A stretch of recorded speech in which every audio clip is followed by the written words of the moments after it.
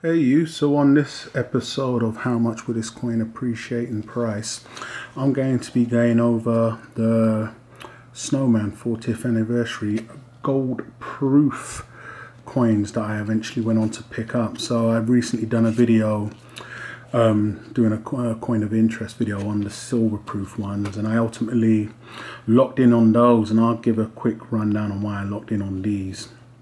Now as I mentioned in the video, the colored coins, you know, they ain't my top priority. If there's an opportunity there where I think a collector coin will appreciate in price or a good flip, I'm all for it, and that's what I'm all about and explaining, especially on this series here. So on this one here, I'm breaking down my method as to why I picked up these gold proof ones. Now, it was a bit of a risky bet, even though I knew the golds and even the silver proofs would be fantastic plays for flipping.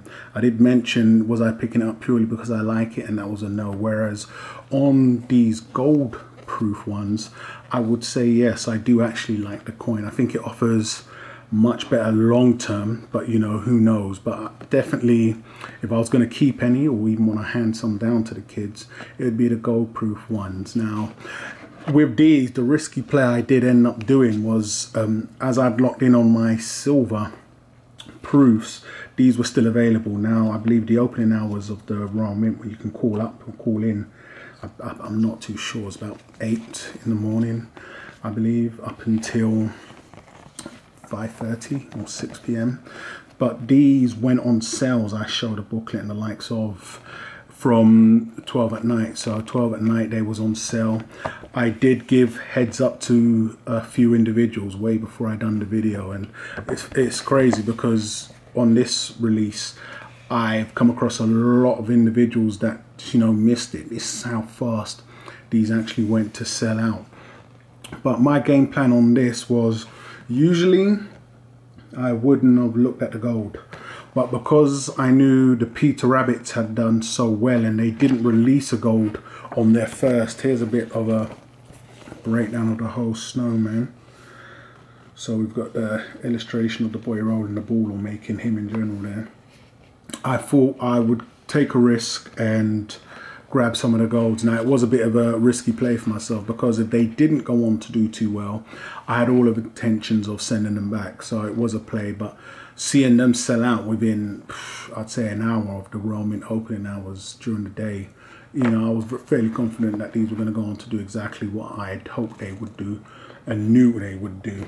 So with this series, if it is going on to be a series, and Snowman I'm referring to here, I think it offers better opportunities. I would say, breaking it down, this and the Paddington Bear, if they didn't go on to do what they've done with the Paddington Bear, and I mean releasing so many, just killing it with the mintage, I think it would have gone on to be a great coin series, because as I grab this out quickly, it's just the bear you're focusing on, and with this one here, it's the young man and the snowman. So I think, whereas with the Peter Rabbit coins, you have many of the other characters that can take a center role. Even though that wasn't the case, I think it just gives the mint a lot more opportunity to go on and churn more out, so you can get many different Peter Rabbits and the other Flopsy, whatever the characters are.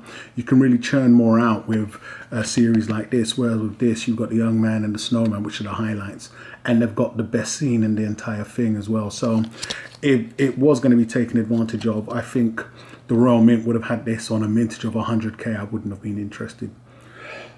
So the fact that they brought it out on the lower mintage, that was appealing to everybody, from the 2016 Peter Rabbit example, and it was such a, you know, exclusive, I believe highly in demand series it was themed over, and that's the Snowman series. I definitely thought that this would go on to do well. Now that's why I locked in on these in the end, because of those reasons there. I would have done the same and gone just as heavy on the Paddington Bear coins if they would have followed through and kept the mintage around the same, because once again, I believe they really churned out all they could do with that. As you can see, it's got raised snowfalls there, real stunning piece. If I could get any closer I would. But I think with the Paddington Bear, to counter that, what they done is they churned out more, and to me it didn't seem like a hit, and it seems like it just went off that way because, you know, a few dealers are really selling them on the low now. Now on this one, it did create a frenzy straight off the bat. Another plus side for the gold that I noticed, and what really helped me lock in, is that excuse me, the Royal Mint didn't give these to none of the other dealers. And whereas with the silver proofs, it was a mintage of 15,000 in the presentation, and then we have the, what was it now, the 5,000 that we're never quite sure what they do. I believe with the Peter Rabbits, they put them in the envelope sets. With the golds, it was just 400 set, and that's already low when comparing to the other 50p coins that they do. I believe that usually the usual, I believe it's 450. So on the Paddington Bears around 450 or 430, don't hold me to that, a little more sometimes, but making it just 400 and them being the exclusive on selling these was a high point as well. So individuals that got this would only get this from there, and it was only 400. So I think grading, which is definitely going to be an option for me with some of the ones I have here, it gives good opportunities and good points there. So one of the reasons why I locked in. The dealers currently are being rather scrupulous. I'm not holding them to it because, you know, I'm sure a lot of dealers are looking at it like, hey, if you're going to buy it at a set price, and we're talking about the silver proof here, and sell it for so and so on eBay, because the prices are really escalating fast now. It's each their own. You know, I've had a few messages from individuals pointing out some dealers that are supposedly pulled an Atmex, you know, 1 minute they're, you know, sold out, and then I guess trailing eBay prices, and then they miraculously come back up and the price has been increased. But it was to be expected. I knew on a hit, and this is what we had here, you're always going to get this type of frenzy.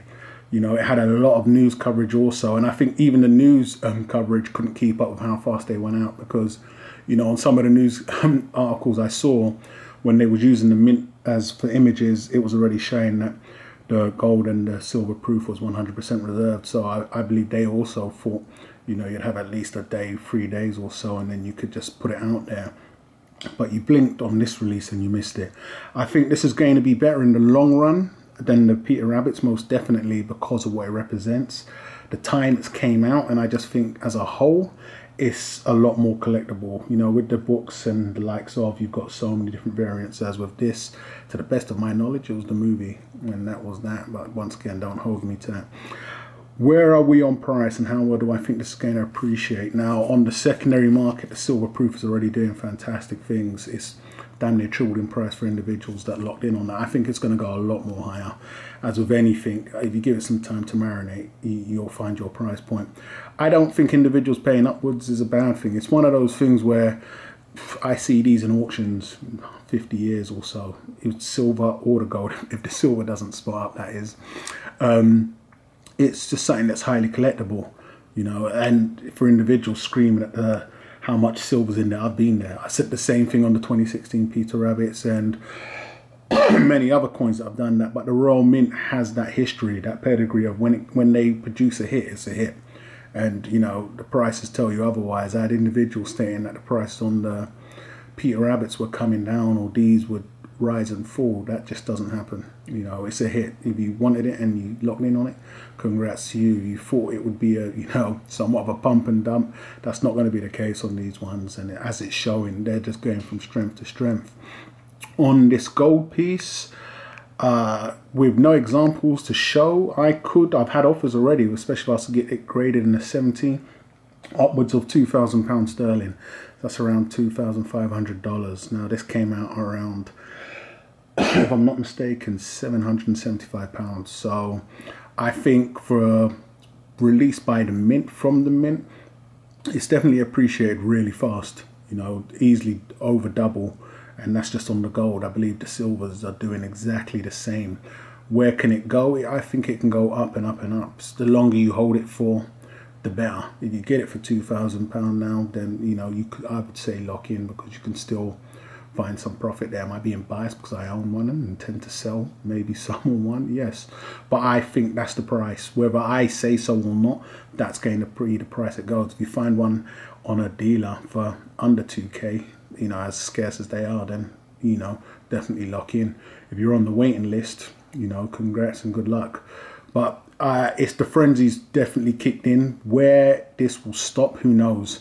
The Royal Mint will still release many other coins that won't do as well. So their hits are hits and their misses are misses. I think they missed, you know, dropped the ball on the Paddington, because it could have been just as good. But I think for now, until we know whether they're going to be releasing more of these coins, this is definitely the one you want to be involved in. And if you can get one or got one, you know, it's a good pick. So hate or love it, guys. It'd be fantastic to know your thoughts on this. I know a lot of people ain't really into the colorized coins, and I was just the same. As I mentioned, it was picked up for a flip, and for the gold, I wouldn't mind holding on to one, but we'll see how it goes. You know, as I mentioned before, if the price is right, then it's got to go. But the hype on these ain't going to die down no time soon. With Christmas around the corner, it's going to make a great gift for anybody. And it's not a lot of money for individuals with money out there, or the kind of money people spend on other things out there. So it'd be great to hear your thoughts in the comments as to whether you think they're worth it, whether you would lock in if you still could, if you wanted to lock in but, you know, missed by a hair because they went so fast. Go ahead and leave your thoughts in the comments, especially on the gold proof. What do you think about this one as opposed to the silver proof? So hey, I love it, guys. It'd be great to know what you think of this video.